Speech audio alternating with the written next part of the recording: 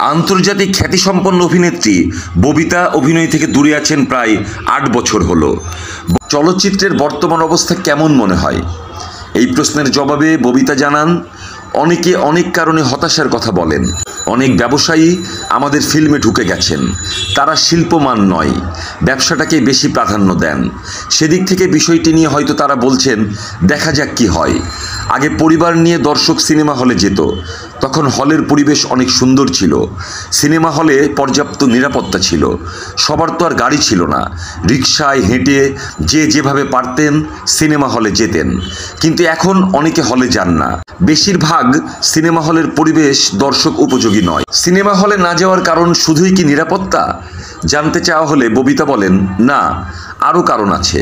অনেকে এখন ভাবছেন ঘরে বসেই তো আমরা টিভি চ্যানেল, অনলাইন প্ল্যাটফর্ম ও ইউটিউবে বাংলাদেশ, বলিউড ও হলিউডের হিট ছবিগুলো দেখতে পাচ্ছি, তাহলে হলে যাব কেন? তাহলে ড্রয়িং রুমই দর্শকদের হল বিমুখ করেছে?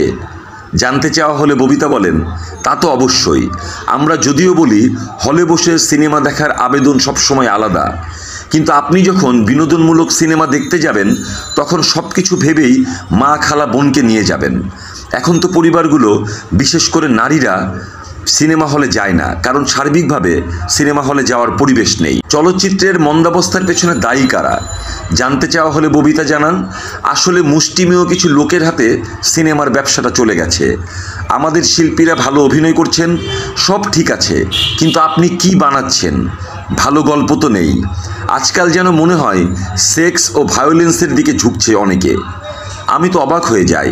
আমাদের মেয়েগুলো ভারতে গিয়ে ছবি করলো, ওদের পোশাক দেখে ভয় লেগে গেছে। এ কি হচ্ছে? আমাদের সময় শাবানা আপা, কবরী আপা, সুচন্দা আপাদের কি সিনেমা চলেনি?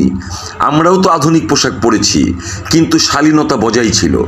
খোলামেলা পোশাক দেখে মা, খালারা বলে সিনেমা হলে বাচ্চাদের নিয়ে যাব না, এমন কথাও শুনেছি। তারকাদের গোপন প্রেম, বিয়ে, সন্তান এবং নেতৃত্ব নিয়ে চলচ্চিত্র জগতে একটা অস্থিরতা চলছে।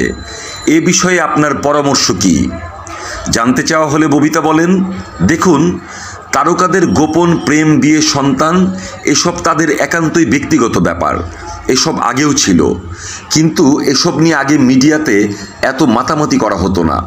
এখন তো ইউটিউবাররা এবং কিছু অখ্যাত অনলাইন পোর্টাল ভিউ বাড়াতে নিজেদের স্বার্থে তিলকে তাল বানিয়ে শোবিজ তারকাদের ভাবমূর্তি মারাত্মকভাবে ক্ষুণ্ণ করছে। এ ব্যাপারে সরকার সহ সবাইকে সচেতন হতে হবে, আর শোবিজ জগতের বাসিন্দাদের নিজেদের মান সম্মান বজায় রেখে কাজ করতে হবে। কারণ একজনের ভুলের জন্য পুরো চলচ্চিত্র শিল্প সবার চোখে ছোট হোক তা কেউ চায় না। আর সমিতির নেতৃত্ব নিয়ে বাড়াবাড়ি মোটেও পছন্দ করি না, কারণ সমিতি হলো সদস্যদের স্বার্থ রক্ষার সংগঠন। কাজের পরিবর্তে নেতৃত্ব নিয়ে বাড়াবাড়ি করে এই শিল্পের উন্নতির পরিবর্তে অবনতিই অবধারিত। আমাদের সময় সমিতির চেয়ারে বসার জন্য এমন দ্বন্দ্ব সংঘাত কখনো দেখা যায়নি। কাজই ছিল সবার কাছে মুখ্য। ডিয়ার ভিউয়ার্স, এই ছিল আমাদের আজকের ভিডিও আয়োজনে।